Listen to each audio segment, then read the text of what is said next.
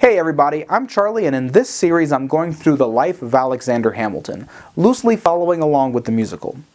Today's song is Aaron Burr, sir.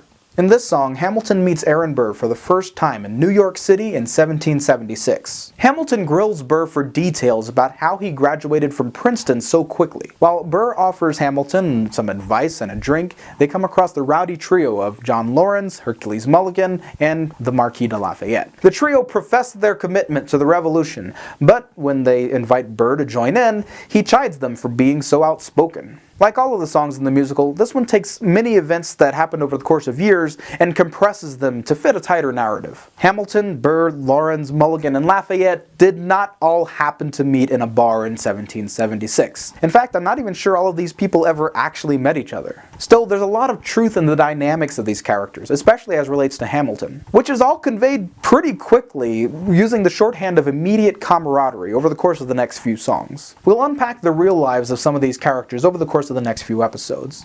Today, of course, we're going to start with Aaron Burr. First though, let's catch up with Alexander. He may have headed to North America from St. Croix as early as 1772. Hamilton immediately started looking for an appropriate place to get his education. He started cramming at Elizabethtown Academy in preparation for applying to the College of New Jersey. The College of New Jersey was renamed Princeton University in 1896, so I'll just refer to it as Princeton from now on. Alexander Hamilton and Aaron Burr may have met for the first time during that summer of 1773, while Alexander was cramming at Elizabethtown. Although there's no record of their first meeting, Hamilton and Burr actually had similar circles of friends around that time. Anyway, Hamilton's first application was to Princeton, where he was seeking an accelerated course of study. There was precedent for this accelerated course, as Aaron Burr had graduated at the age of 16 after only 3 years at Princeton instead of the regular 4. However, another Princeton graduate, a young James Madison, had recently managed to graduate in only 2 years. This pace of study was a heavy strain on Madison's already poor health, though,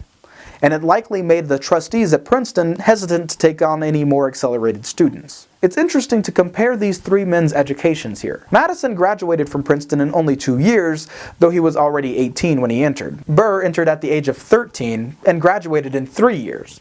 Though it's worth noting that Aaron's father, Aaron Sr., was one of the founding members of the college and its second president. It's possible that Burr got some preferential treatment in deference to his late father, but it seems unlikely given his later accomplishments. Hamilton, meanwhile, was denied this accelerated study altogether. He was a year older than Burr, so if he was in fact acquainted with the young prodigy, Hamilton must have been feeling the pressure to get his education started and done with. There's nothing like young success stories to make you self-conscious about your own accomplishments.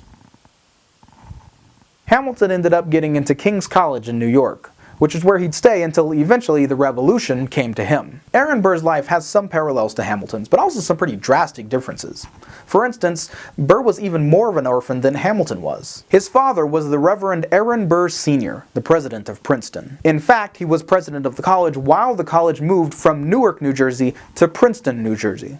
Aaron Sr. was one of the 3 founders of the college, which was established in theological opposition to Yale in 1746. Another founder of the college was Aaron Sr.'s eventual father-in-law, the famous fire and brimstone preacher Jonathan Edwards. Aaron Sr. died of a fever in 1757, just a year after Aaron Jr. was born. In 1758, Jonathan Edwards tried to inoculate himself against smallpox, but he died during the procedure. Esther Edwards Burr, Aaron's mother, died of smallpox just a month after her father. Thus, Aaron and his sister were orphaned before Aaron could even have memories of his parents. He was raised by an uncle. Despite his tragic childhood, though, Aaron Burr was still born to an affluent and influential family. His childhood would not be spent desperate and destitute. Burr studied theology at Princeton, probably following in the footsteps of his father and grandfather. After his prodigious term at Princeton, though, he moved to Connecticut to study law. He stayed there until 1775, when word got around about the battles at Lexington and Concord. Burr immediately put his studies on hold and joined the Continental Army. There's no evidence that Burr was reticent about his support for the Revolution, at least no more than he was about anything else. On the contrary, Burr immediately threw himself into dangerous missions and served with distinction. But we'll get more into that in a later episode. For now, I leave you with this excerpt from a speech that the young Aaron Burr wrote and delivered in college. Compare and contrast it with Alexander Hamilton and the essay he wrote that allowed him to escape St. Croix. I have often observed that it is very common for those who are ambitious of excelling in composition to study swelling words, pompous epithets, and labored periods. This is often practiced especially by young writers. It is, however, generally condemned as a fault, and sometimes too by those who practice it themselves. An elegant simplicity of language is what everyone should strive to obtain. Besides the arguments which are usually offered on this head, there is one very important one, which is commonly not much attended to.